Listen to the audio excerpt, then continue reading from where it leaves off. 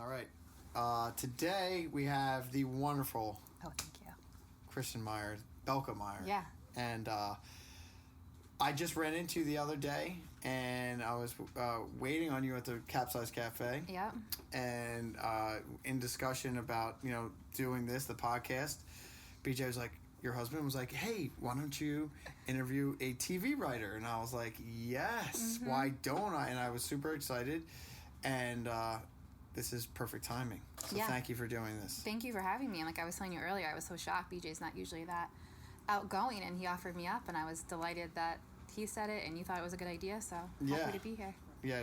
And I want to first thank you for making this, part of. I know that you're a little bit busy with everything going on. You guys are you're back from California. Yep. And just for a month to say hi to everybody, and you were able to do this, which is cool. And like I said before to you, like I was like looking through your Instagram, like, okay, like maybe, she's a TV writer. Cool. Like maybe she'll post something about that. And there's nothing really in there. And so, when did your love for writing start? It's so cheesy to say, like, it started forever ago, or it was always there, but it's true. Actually, that's false. Okay, so I always wanted to be in the entertainment industry. Okay. I thought I wanted to be Julia Roberts. I thought I wanted to be an actress, but it was only because that's, as a kid and as a teen and a young adult growing up, like, that's the visual you have for the entertainment world, or these actors coming at you and, being relatable and all these things that, I've always found TV and movies very therapeutic. Before I knew that was actually like something you could do, seek out therapy. I would just seek out whatever was going on 90210 or Good Will Hunting or whatever it was. And so I thought I wanted to be an actor, but never did anything to actually pursue it. It was just like this idea in my mind. And then when I saw Good Will Hunting at the $2 cinema at Bradley Beach, nice. Saw it, I was like, and then because Ben Affleck and Matt Damon were like front and center in that, and you find out that they're the writers, I'm like, that was the first time I recognized that's what I wanted to do. I wanted to write. And then I started taking some writing courses in high school, our shared alma mater. And then, I went out to California for a little bit, came back, and then was just so bored or scared rather, of not actually doing what I wanted to do. And also you just kind of want to keep up with your friends who all have these careers and they're getting 401ks and the healthcare. So I got a job in advertising in New York, and I was miserable. Like, I was physically ill from it. And then I quit that, was babysitting, and then went back to school. I told you I give very long answers.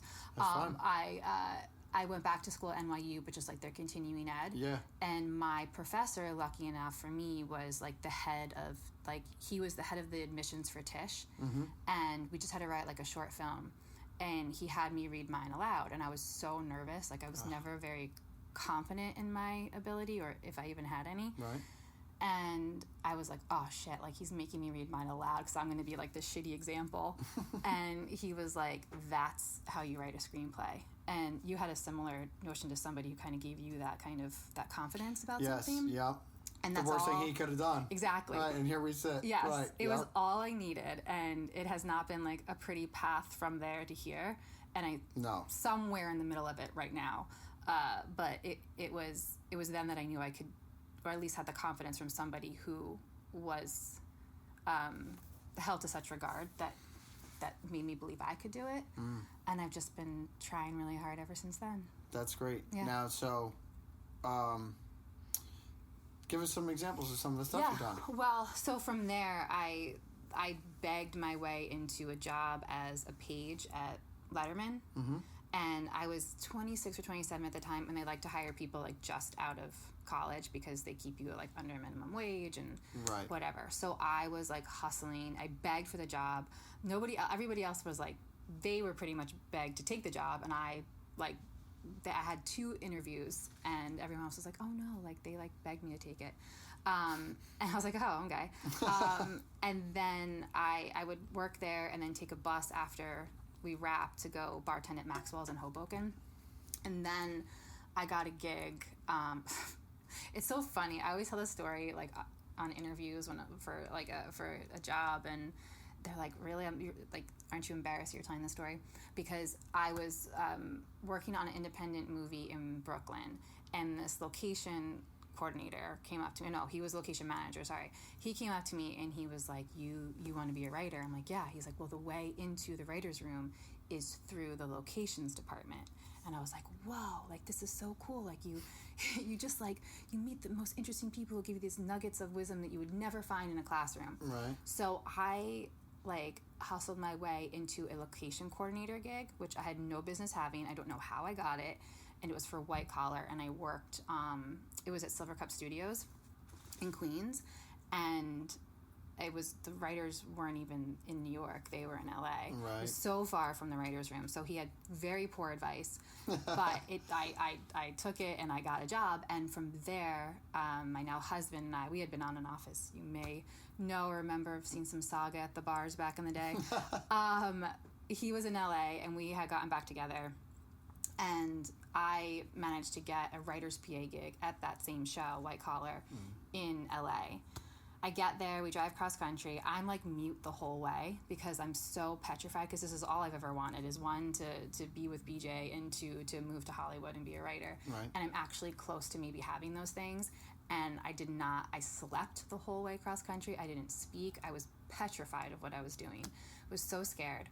And we get there. I have the job for like 2 weeks. My grandfather dies back here. I leave. I lose my job. And like all signs were pointing to just like quit and come back here. Yes. I ended up interning after that for a long time. And then cutting ahead a few years, I got a job as an assistant to this guy, Michael Whitehorn, who created The King of Queens. Mm-hmm. And he kind of showed me some ropes, and it was a good experience, because most times you get jobs out there for people that have a show on the air, right, or they have a deal at a studio, and he had none of that at the time, but he had made his way. He started on Family Ties, I think, so he had been doing this for such a long time. Yeah. And so I kind of got this schooling from him, and watching so many of his projects, even at his level, just fail. Like, sell a script and then fail. And then it didn't have any bearing on his, maybe his well-being, but on his financial status, because he had made it. Yeah, so this was just fulfilling his creative side. And then he did get a show on the air called Weird Loners on Fox, and I worked on that for a bit, but I was very sad to find out he didn't hire me as a writer, and I was a script coordinator, which is a horrible job. Okay. It's not a horrible job. It's just not, if you want to be a writer, it's not a creative job. You're just you're doing a lot of the technical work of the script. Okay. But it was a blessing that I didn't get that job, because from there was a calling, like they just put all these calls out on different email listservs and everything for an assistant on some FX show.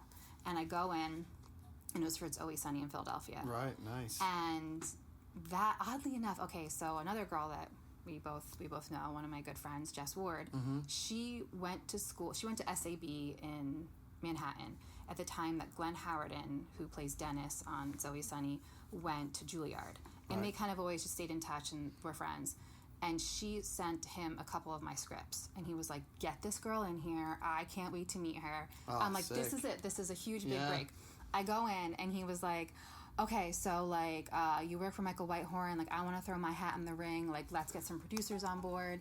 And I think he just assumed that I was further ahead, or people knew who I was. But this was, my first actual meeting like that.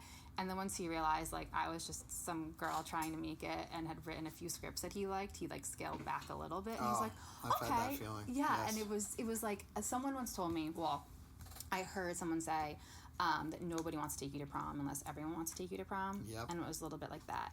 So, but oddly enough, ended up as writer's assistant for It's Always Sunny. And that was a great experience, and they were super cool guys. And then they promoted me to staff writer, which was a dream come true. And this was now how many years ago was that? That was I was pregnant with Lucas, who's 5, so it was 6-ish years ago. Mm-hmm. And I thought I made it, this is great. And then I worked there for a season. They went on a really long hiatus, and they cut their budget, and I had no job. And it's weird because just in the industry overall, you're in a certain club, and then you get pregnant and you're in like a different club, and it's hard to, you have to kind of overcompensate a little bit because you've like worked so hard to get to this one place, but then people, whether they mean to or not, they just see you completely differently. They see you as a mom. They don't think you can do certain jobs. And right. So I had a lot of overcoming that again. And I've written in the Did you have to do certain things to stand out? Like, because I mean, I think that's like a concern for a lot of women, huge. right? Yeah. You know what I mean? Like, it's, you know, I mean, the most beautiful thing that happens to humans is looked at as a setback professionally. Yeah, totally. And it sucks because, I mean, moms, like, I didn't know that I could handle as much as I can handle since becoming a mom. Like, there's nothing I can't do, and I wouldn't have felt that way prior to becoming a mom. So yeah, there are certain things, like, you just have to, I don't know, every situation's different, but you definitely have to, you just have to work a little harder. I think, I'm sure everybody feels that way in their own right. And in an already extremely competitive industry. Yes. Like, I've worked in writers' rooms, so from the assistant level to the staff writer level to just having deals, development deals. One of the shows that I've worked on that I've already mentioned, I got hired mainly because there was 14 white male writers and like 6 male assistants, and the network was like, you have to hire a female for this position. So when I went in, it looked like a casting call of just like all girls my age. And so, and then like after I left that show, things started to get better. There was like a female writer who was more at the top. And so things have changed, but also it was somebody who was very open about never wanting to have kids. I mean, I don't want this to sound like people who have kids get totally shunned or anything, but you definitely have to work a little harder. And I think it's like, women who say they don't want to have kids are looked at differently in all aspects, but in that industry specifically, they kind of they get a little bit more of an advantage. Like, I've been asked questions I should never have been asked, and about like my, you know, just my plans for being of childbearing age. So I've definitely had to work harder. That's interesting. It's interesting, and that's like norm. It's the norm, and I never thought anything of it. That's strange because like there's so much in the media right now, like against that. You know what I mean? But it's still like very real. Very real, and it's not something that I think that and it's not just something that guys do. It's something that women do too, and I don't think anybody does it intentionally. It's just everybody wants to make sure that they have the best worker and the worker who's going to have, you know, be able to produce as much as they're hired for. And I think when people have a family, although it's very different for men, because prior to having a kid,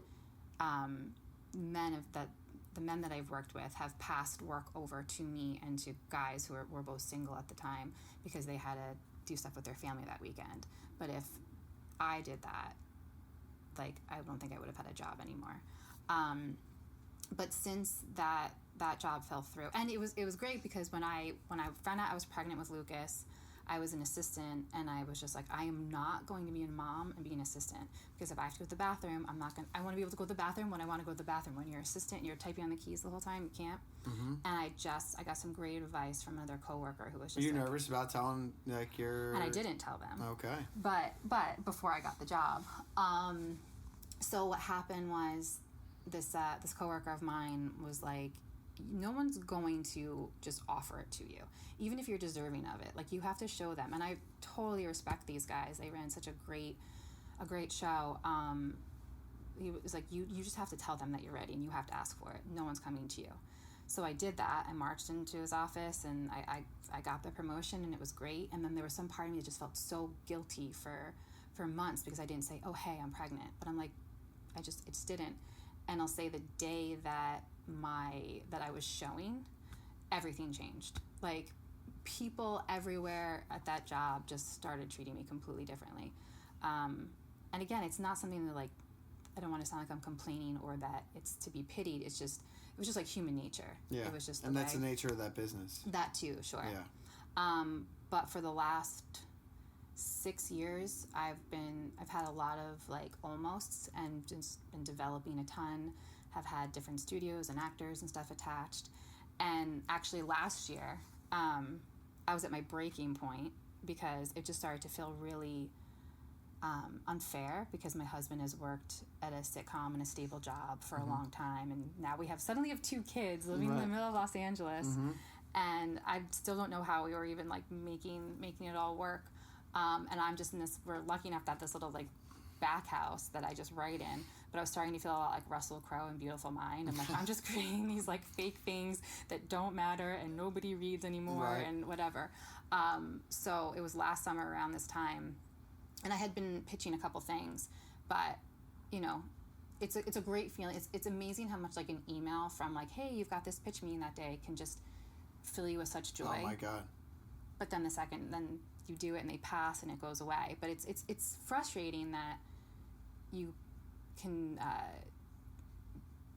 outside places can fulfill you with so much joy. So that's why we started a family and found it inward. But anyway, back to last summer, I was like, I'm done. Like, I'm just gonna get a regular job. This is just unfair to everybody. And like like a week after that, we sold the show to Fox. And it sounds so like, you hear that all the time, you know, you just gotta like hang on and oh yeah. But like, it's not like that was it's an awesome thing and I'm so grateful for it, but you still have to hustle every other day after that. Like, sure. I think we always hear those stories and then we think, oh, then the person got to relax. Yeah, No, you have to work even harder. Yep. And it's a show that we didn't expect to sell to network, but are really happy that we did, because we kind of have an opportunity to, you know, harken back to old school multicam sitcoms. And I've just been working on that for like the past year, and a feature project that's based loosely on my life. And very cool. Yeah, a couple other things that are in the ether that like they're sticking to the wall right now, but we don't know how long they'll stick. So just fingers crossed. Right. Yeah. And it's a lot of that, but then you just keep on moving and you keep. Yeah. You know, like while you have that one thing going on. I mean, you hate to like do that. You know, like just keep moving and like not. You know, because you want to keep feeding the one thing that's growing, but you know, you have to keep moving, or you know, because like it's kind of like a double-edged sword. Like if you don't keep moving, like then when that thing dies, you'll have nothing to eat. You know what I mean? So it's like you have to keep. You know, absolutely. It's like it's feast or famine with all that. Yes. And I get like insane anxiety when I'm about to turn in a project, and it's like, okay, this project could be over really soon, like what's next? And you just kind of get your hooks into something. And I kind of made a decision a while ago, because you're like, I mean, you can only do this for so long, but to just when I was at my breaking point, I was like, I'm only going to pitch things that like I actually really care about. Like I don't care about if they're sellable or whatever. And it served me well this past year, so hopefully that continues. But just finding those things that you can just hopefully just stick to the wall. It's been with the Fox show right now, oddly enough, it's based on or inspired by a podcast by Corinne Fisher and Christina Hutchinson, are 2 hilarious comedians in New York. Right. Started a podcast, and just like anything, like they're hysterical. They're way funnier than I am. I find a lot of my funny from like sad things in life. Like if you have like, I'm not somebody with a ton of like super dark shit, but like I think we all have our traumas. Yeah. And need to find the funny in that. Yeah.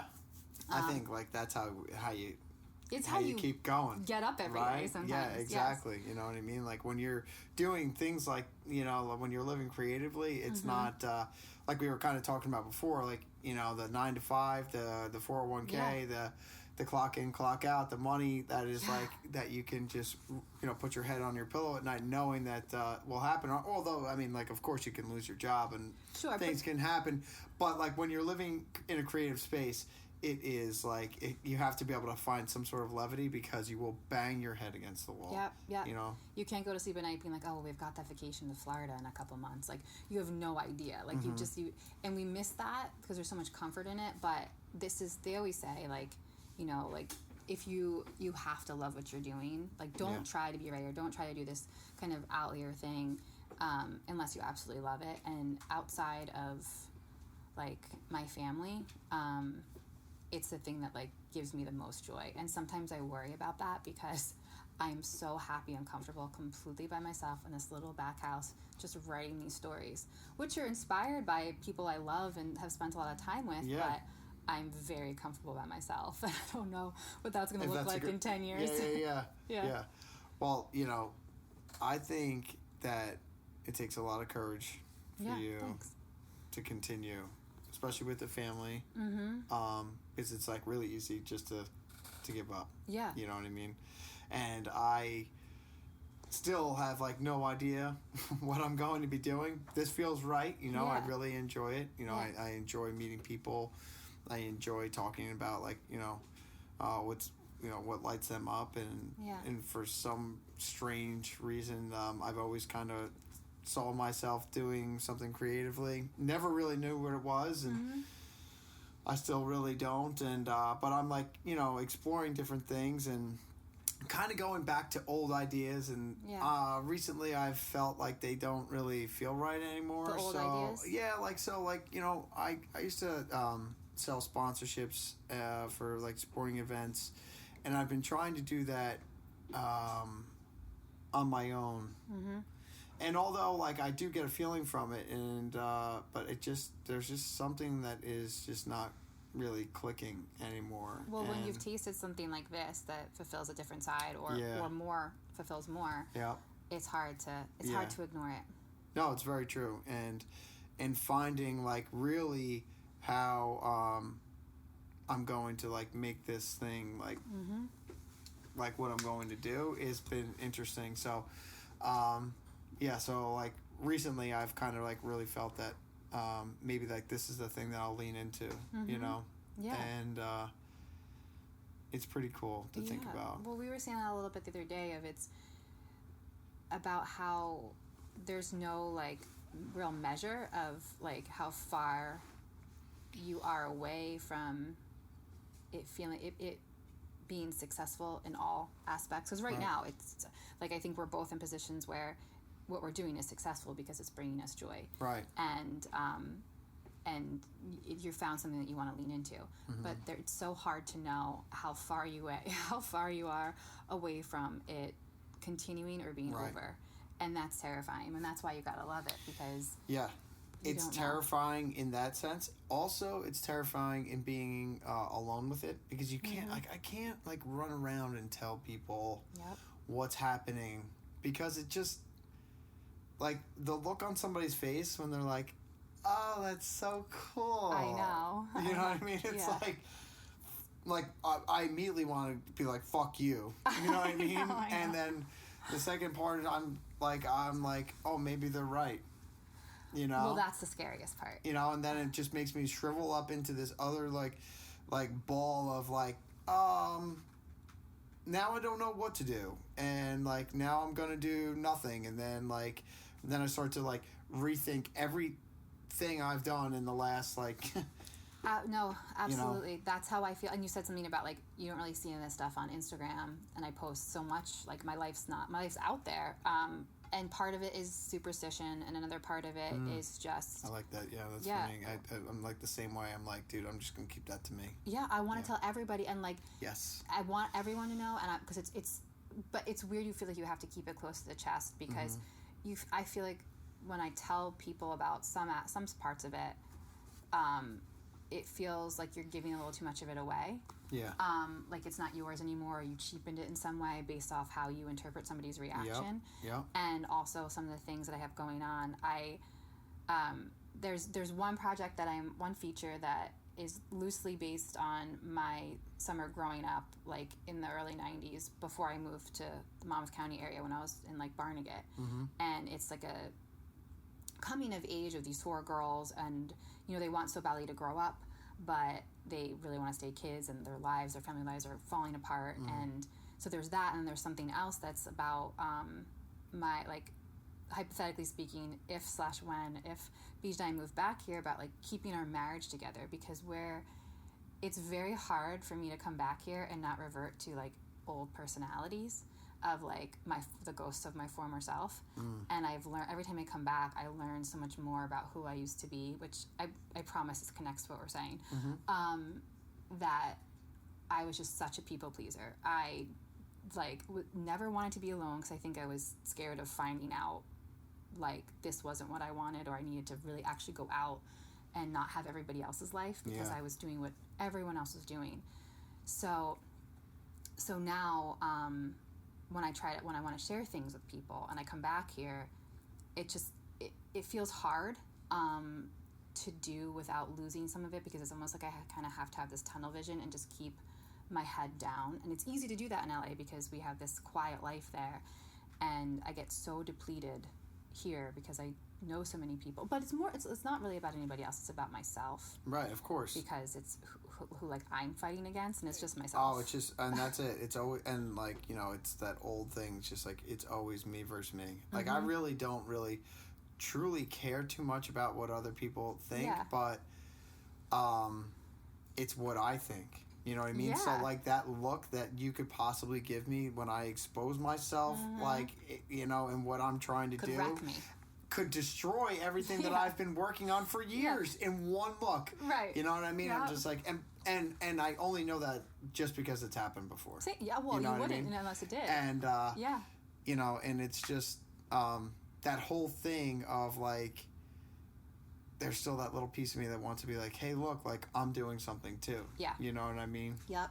I know, and that's why it's been really hard, some of the things that I haven't shared, that I've gotten so excited about, because when you suffer any kind of, like, personal setback, or just any rejection, which we constantly do, to, like, it's enough to deal with it personally, but then to also deal with it. And then it's I hate saying that it's hard, because it's not hard. It's just different when, like, some of the things, whether it's a project of, you know, somebody who's interested in something that I'm doing and they're like a household name, and if I just say that to somebody, it just feels cheap, and it also feels like it's hard to not feel like you're bragging about something. But for me, it's just the same as somebody talking about their job. I just happen to not know that person. Right. They don't know them either. They just know their name. It's just a weird thing, so I just end up being quiet. Yeah. It just saves everybody a lot of, you know, I'd rather really just know about, like, what's going on in your personal life anyway. You know what I mean? Like, do you know what I mean? Like, I'm just like, I'd rather talk about, like, you know, how's your family, man? You know what I mean? Like, about you rather than, you know, and then we celebrate those things after, you know what I mean? Yes, they're just like, it just happens to be what you do.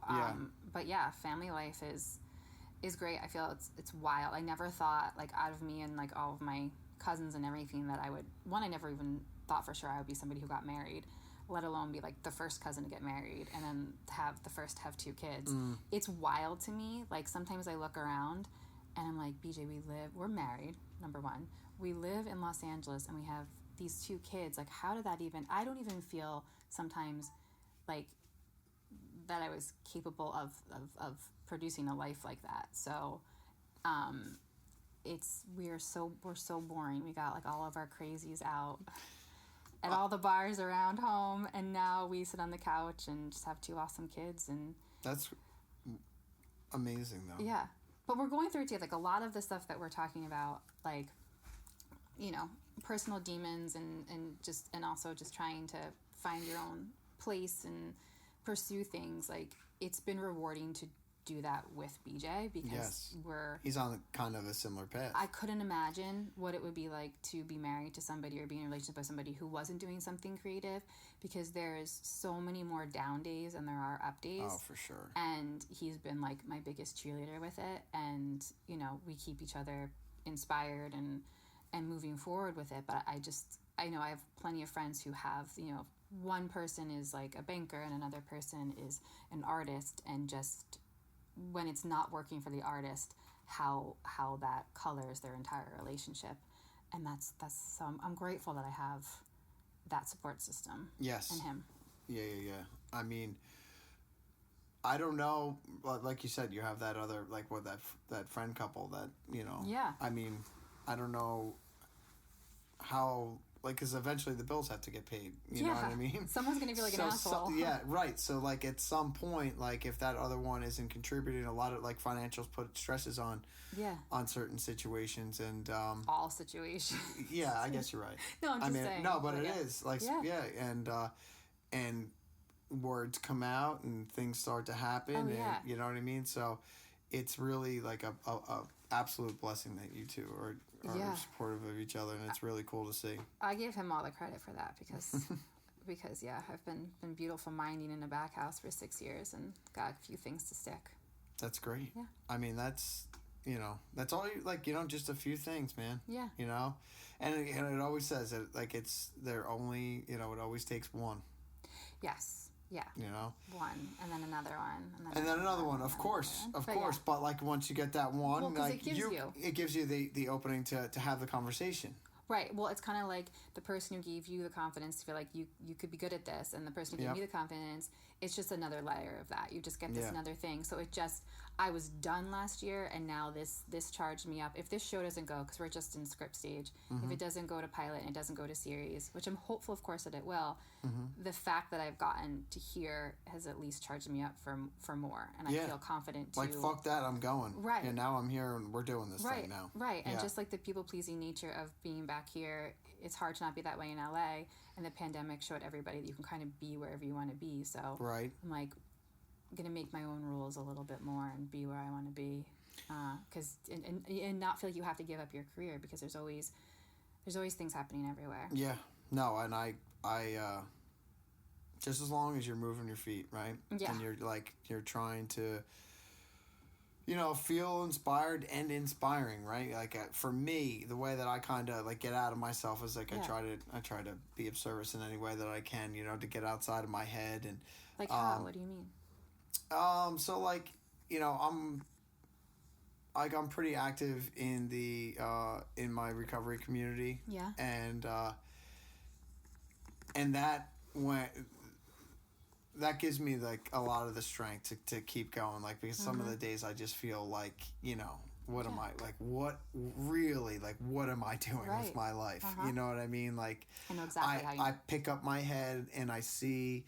All the kids and the relationships and all this stuff. And I'm just like, damn, dude, like, just me and my dog, like, me and Oliver are cool. But, it's like, he would, I'm sure, love a dog mom. And, so would I. Dog babies. And, yes, exactly. And you start to, like, look around and you're like, but that can't be the focus. Because, like, if I start to look at external things, like we were talking about before, if I start to look at externals, to feel me internally, that just doesn't work like that. Yeah. It has to be. It's an inward thing for me. Yeah. The shine wears off really quick off of like of new stuff. Like it just isn't a thing for me, And but really, what carries me is like seeing, like we said before, people light up and people start to change their lives and become like. Useful. You know what I mean? Did you start this? I think you already said it, but I'm just connecting the timeline. Did you start this before or after you started your recovery? After. So it seems really like in tandem, like it's. Well, it really was because all right. So what happened is I was working in a warehouse and I was like obsessed with these people that were like that have like these rags to riches stories, right? These people that were like either had gone through some adversity as a result of like life imposing itself on them, or if it was self-imposed or whatever, but just like people like never giving up, and I absolutely had that type of like kind of like drive and ambition before I kind of got all messed up, but then like once I got clean, I was left like and all the kind of the fog settled and when the dust settled, I was like, all right, well, I'm going to somehow, some way get back into something I love, because this certainly isn't doing it. Right. And, so I had left the job that I was at and I just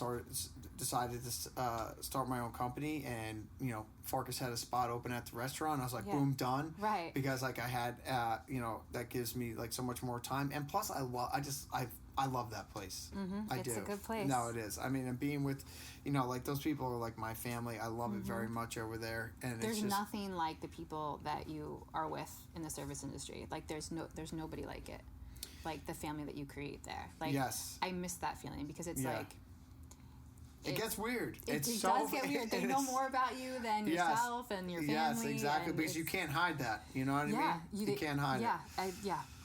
You know, because like when you're waiting on people and they start to, you know, that kind of comes out. Yeah. And, you know, and then you're just kind of forced to kind of talk to some of these people about what's going on. And it's, all of a sudden they're a lot closer than you intended them to be. Yes. So, but yeah, so like, and like you said before, we were talking about it, like, my buddy Carmine, he said to me, he's like, you know, you're actually pretty good at that. And I was like, boom, I don't even care if he was lying. I know. You know what I mean? Like, right. I was just like, all right, let's do it. You know, like, it's fun.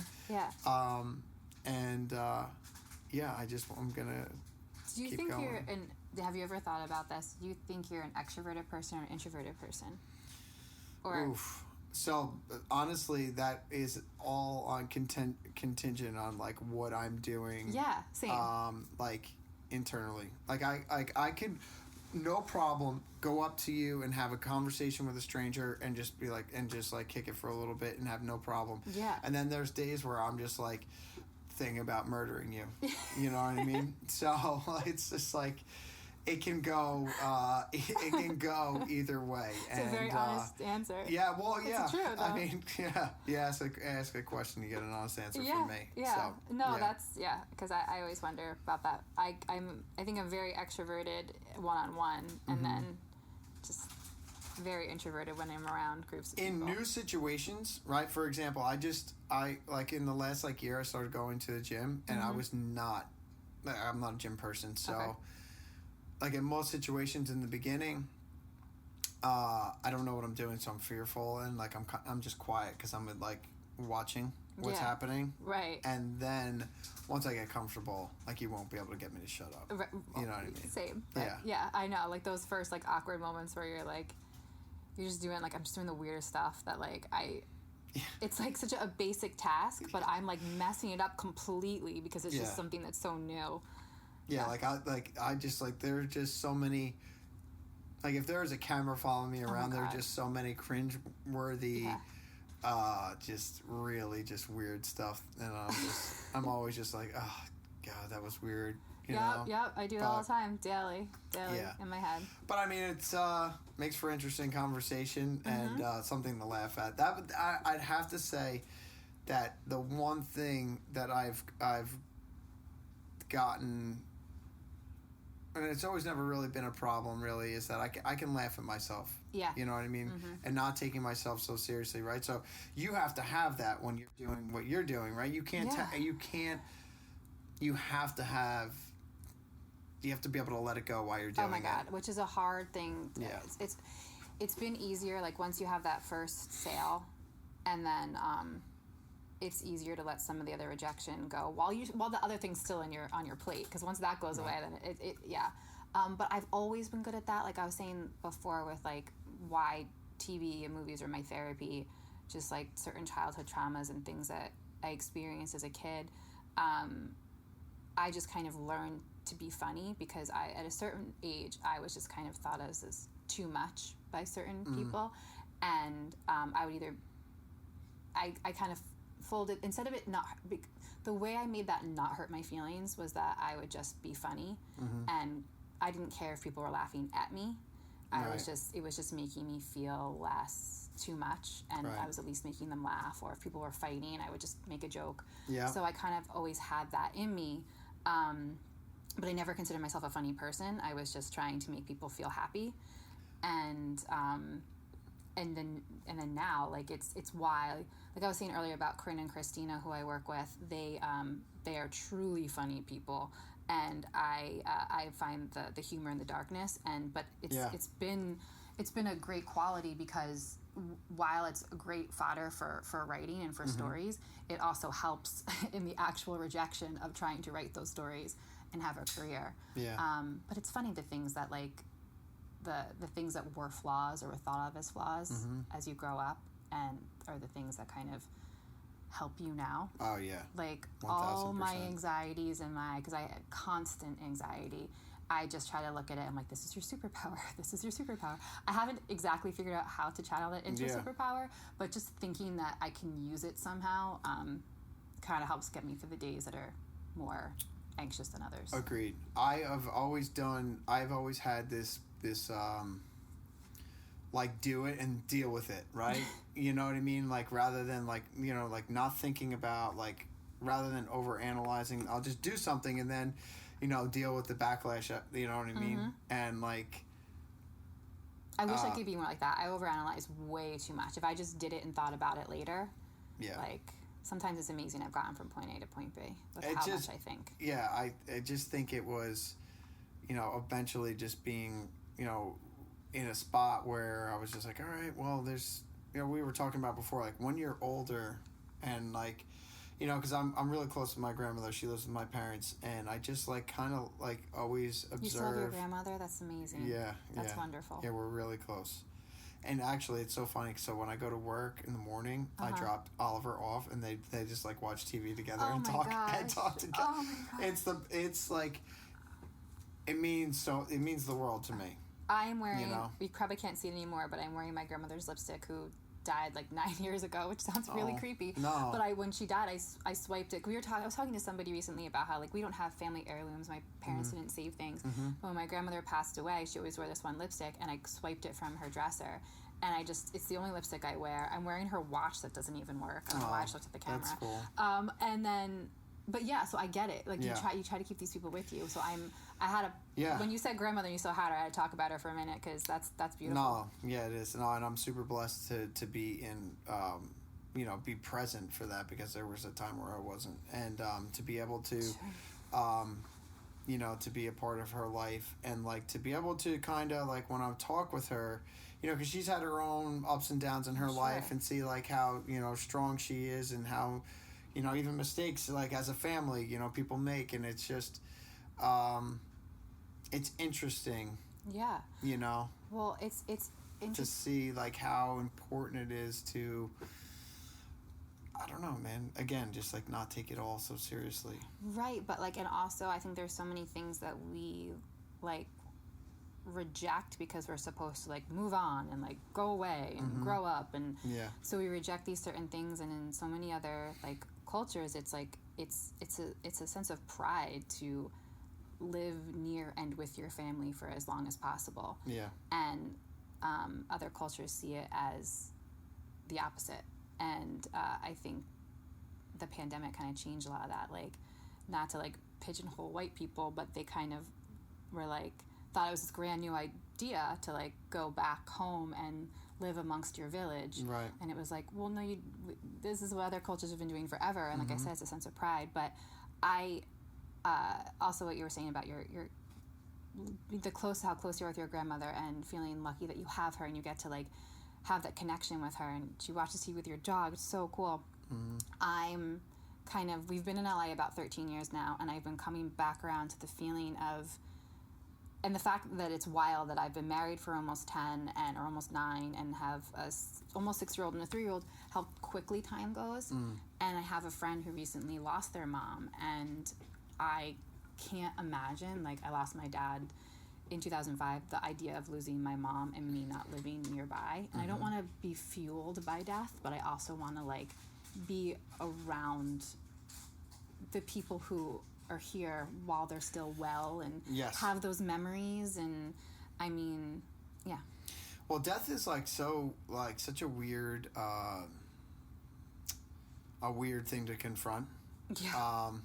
You know, because while like, you know, having flirted with my own mortality, and then, you know, having, you know, my best friend growing up pass away, tragically or not tragically, depending on how you look at the situation, because he was always out there pushing the limits. And then, you know, I had another friend, you know, take his own life, and the way that you kind of start to like sit back, or at least for me, because again, I overanalyze everything, and maybe that's what, you know, like I sat there and I thought about death for a very long time. Like, it wasn't just something like I kind of like shrugged off, you know what I mean? Like those two people meant the world to me, and it was just, I don't know, it's just like it's a great way to be like, why not? You know what I mean? Like, you know, for me to be like, okay, well, I have these things that I want to do, and like, this is the way that I want to live, and I take an honest look at my life, right? I don't have to lie to myself and say like, oh, I should be just getting that 401k and I should be doing that. Like, no, I shouldn't. Like, my life doesn't really say that it has to right now. Yeah. That my life says to me right now that I can do whatever I want. That, like, you know, I can chase after this thing. I can do whatever I want because those guys can't. You know, if you ask my 88-year-old grandmother what she wished that she did and she didn't do, she'll tell you. Right. You know what I mean? Yeah. So it's like, do it. Yeah. No, totally. Absolutely. Death is I